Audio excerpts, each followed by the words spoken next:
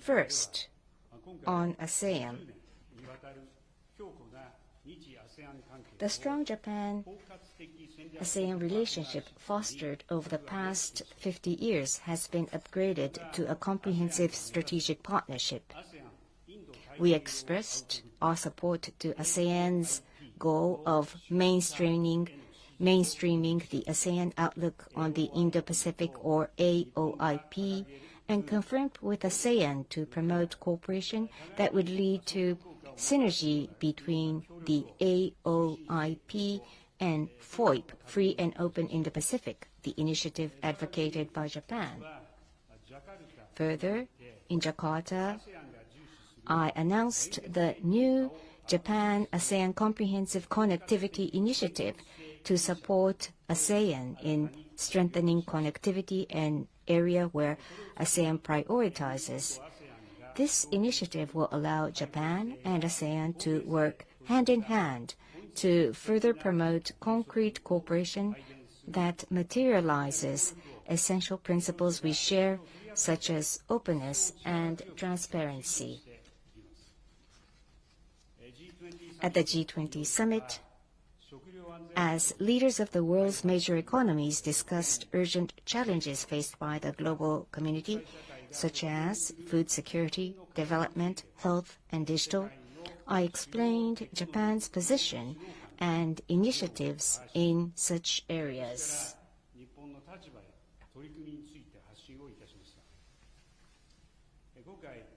Under the leadership of India as this year's chair, we were able to agree on the G20 Leaders' Declaration, which is a truly meaningful achievement. Japan has been engaged in the negotiations with the intent to pass on the outcome of the G7 to the G20. And we were able to hand over to the G20 points that were confirmed at the Hiroshima summit, such as achievement of net zero through diverse pathways according to the situation of each country, establishment of sustainable and resilient agricultural and food systems, and strengthening the delivery of medical countermeasures, MCM. I look forward to working with other leaders to follow up on the outcomes delivered by the G7 and the G20. On Russia's aggression of Ukraine, throughout the meetings, Japan has pressed for the immediate withdrawal of Russian troops and the realization of just and durable peace in Ukraine. We underscored our position that Russia's nuclear threat, let alone its use of nuclear weapons, is absolutely unacceptable. I also highlighted the importance of assistance by the global community to vulnerable populations under conflict.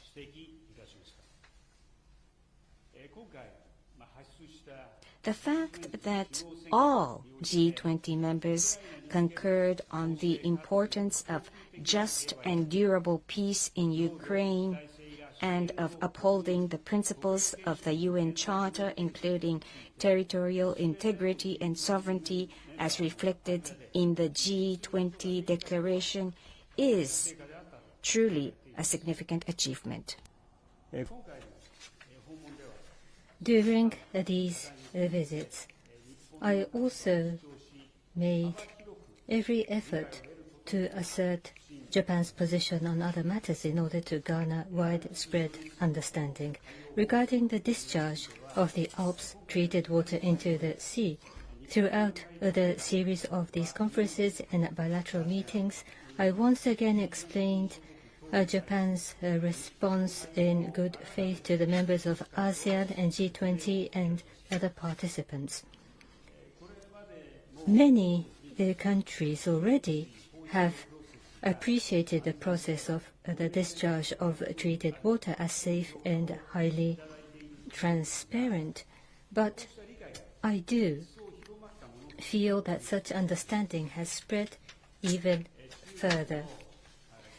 To the Chinese Premier, Mr. Li Qian, I once again expressed Japan's position on the Alps treated water clearly.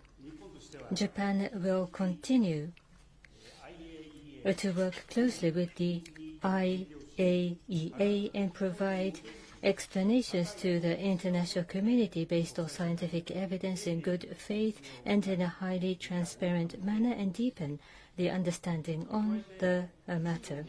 In addition, with regard to China's measure to suspend the import of aquatic products, I will utilize the opportunities such as bilateral or multilateral occasions, or leverage the trade frameworks including the WTO and RCEP, and will continue to urge China to immediately repeal the measures. By the way, on the overall Japan-China relationship, my policy has been consistent in that Japan should assert what needs to be asserted. We will continue to strongly urge China to act responsibly and accumulate our dialogue in good faith, including talks on the matters of our concern, cooperate on common challenges, and to establish a constructive and stable relationship by the efforts of both sides. I spoke with Premier Li Qian on this occasion with such perspectives. In addition, on the occasion of the EAS and the bilateral meetings, I exchanged opinions with the respective leaders regarding the increasingly harsh security environment of the region. During such talks on the matters such as the opposition to unilateral attempts to change the status quo by force in the East and South China Seas, or the firm condemnation on North Korea's nuclear and missile activities, and on the cooperation for the immediate resolution of the abduction issue and other topics, I engaged in in-depth deliberations. By building on the foundation of trust and confidence that I deepened with the respective leaders on this occasion, I shall further dedicate myself assiduously to summit diplomacy going forward. In December, I plan to organize the ASEAN-Japan Commemorative Summit meeting for the 50th year of ASEAN-Japan Friendship and Cooperation in Tokyo. At the commemorative summit meeting, a new vision of ASEAN-Japan cooperation will be announced. By building on the accumulation of our cooperation with ASEAN over the last 50 years, I wish to send a vigorous message to the world on the reinforcement of endeavors towards a free and open international order based on the rule of law. If circumstances permit, I plan to visit New York from the 19th of this month and attend the UN General Assembly High-Level Week. As the international community is challenged with compound challenges, I wish to make it an opportunity not of division or confrontation, but an occasion to present uniquely Japanese approaches and perspectives towards coordination. Thank you very much. We now will accept questions from the press. We first of all give the right to ask a question from the Japanese press. Those of you with questions, please raise your hand. I will appoint the questioner. Please proceed to the microphone, identify yourself and your affiliation, and proceed to your question. Brevity will be appreciated. Yes, the person at the center, please. TBS Kawanishi is my name. Thank you, Prime Minister. I have a question regarding foreign policy. In your opening remarks, you mentioned the leaders' declaration of the G20 summit, and you said that this was very meaningful. But there was no direct condemnation regarding Russia's aggression of Ukraine, and Ukraine has shown dissatisfaction. How do you assess this declaration? Further, during your trip, you probably explained the treated water from TEPCO's Fukushima Daiichi nuclear power station. You had a chat with Premier Li Qiang on this matter. Do you now see signs of improvement in the relationship between Japan and China? Are you going to seek to have a bilateral summit with President Xi on the occasion of the APEC leaders meeting in November? I've counted 3 factors in your question. First, the achievement. Second, Alps treated water. And thirdly, Japan-China relationship and our foreign policy. So first of all, on the first point, as I mentioned, I attended the G20 summit with the intention to pass on the outcome of the G7 to the G20. The leaders' declaration includes references on challenges such as food security, environment, and health that reflect the outcomes delivered at the G7. All G20 members concurred on the importance of upholding principles of the UN Charter, including territorial integrity and sovereignty, and agreed that threat or use of force is inadmissible.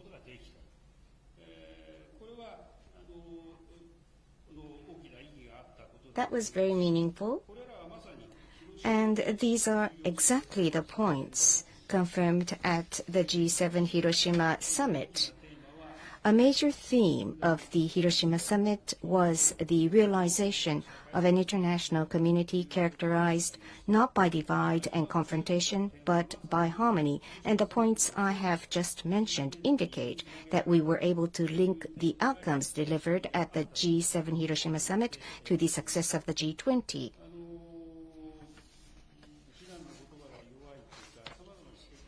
There are various comments like weak declaration without explicit condemnation. Even in comparison to the Bali leaders' declaration, we are recalling on the outcomes of last year's declaration and applied new expression and factored in new items into this year's leaders' declaration.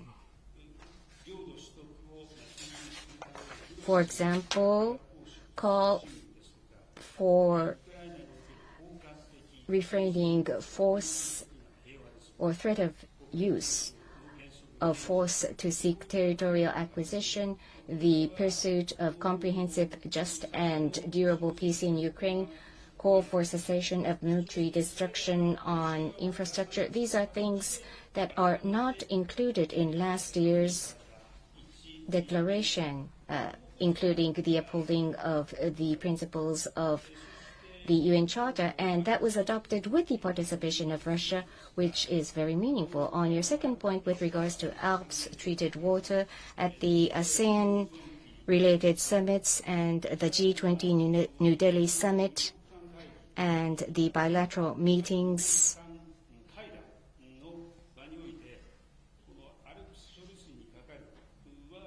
I explained Japan's position on Alps treated water in good faith. And as a result, I believe that the understanding on this matter has steadily expanded amongst various countries. In addition to the United States and Australia, many countries, including Indonesia, Malaysia, and the Cook Islands, which serves as the chair of the Pacific Islands Forum, and the Netherlands and Turkey, have expressed support. Referring to the conclusions of IAEA's report, we will continue to explain thoroughly to the global community in good faith the situation regarding discharge into the sea based on scientific evidence, including the monitored data, and with high level of transparency. On the third point regarding Japan-China relations in general, I have constantly upheld the consistent policy, which is to attach importance on dialogue and to establish a constructive and stable relationship through the efforts of both sides. In such context, it was extremely crucial that I was able to convey my thoughts to Premier Li Qiang as we met for the first time. We will continue to seek close communication with China at all levels, including at the high level. Thank you. Next, from the India and international press, we would invite questions. The second row from the front, please. Prime Minister, thank you for doing this. This is Rizal Laskar from the Hindustan Times. My question is, do you think the G20 is more divided than ever before on geopolitical issues such as Ukraine? And will the world community continue to look at the G20 to do more on these issues? Because the UN is being seen as largely dysfunctional. Thank you. はい、まず現在、国際社会は Thank you. First of all, today, as the world faces compound crisis, collaboration at the G20 as the premier forum for international economic cooperation is becoming increasingly important. Russia's aggression of Ukraine is shaking the very foundation of cooperation at the G20. It could shake the basis of cooperation at the G20. Further, it is causing an enormous impact to the world economy through such factors as the protracted rise of food and energy prices. From such perspective, at this year's G20 summit, most of the G20 members, including Japan, highlighted the importance of upholding the principles of the UN Charter and of realizing just and lasting peace in Ukraine, and confirmed the need for the G20 to respond to the intensifying impact to the world economy. We also discussed challenges faced by the global community, including food security, development, health, and digital, and concurred on the importance for the G20 to cooperate and respond to such challenges.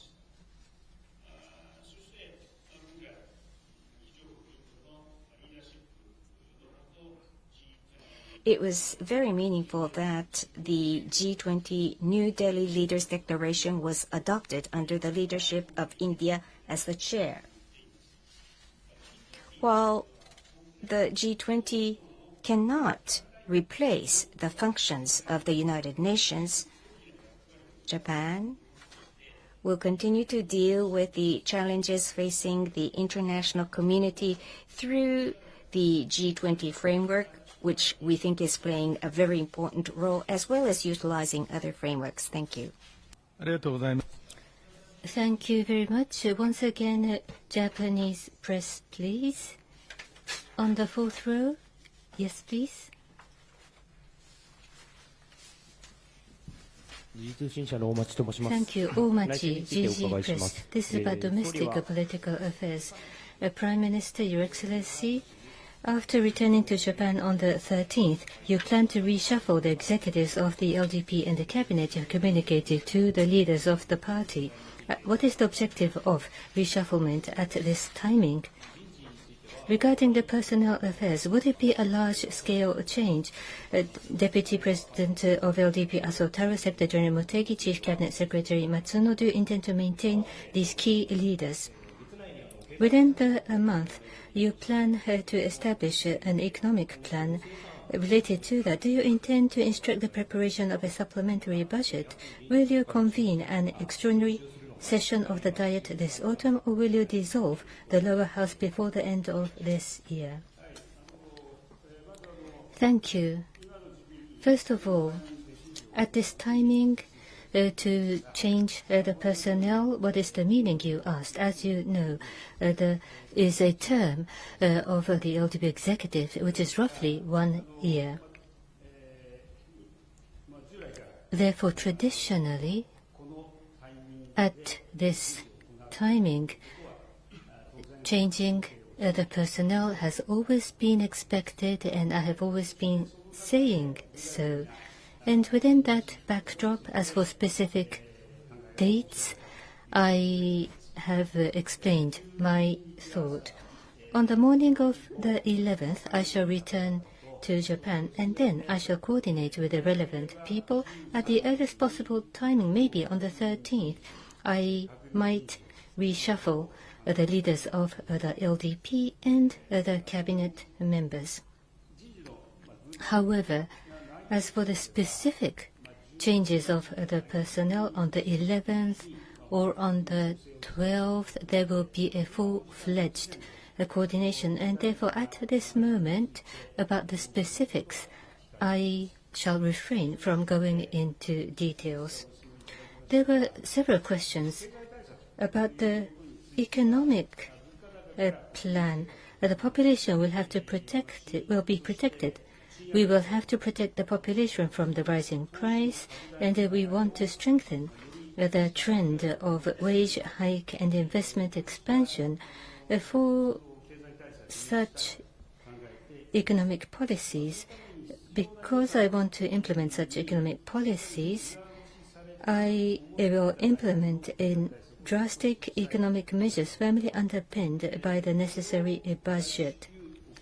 This has to be executed as quickly as possible, and therefore I am determined to take the helm with a top-speed dash immediately after the launch of the new administration. As for the extraordinary session of the Diet, the political schedule, including extraordinary session of the Diet, dates shall be determined by placing the establishment of ambitious economic measure under the new administration and swift execution of that as the top priority. At this moment, there is nothing more that I can tell you. Thank you. Thank you. Thank you very much. And finally, from the Indian media, in the third row, please.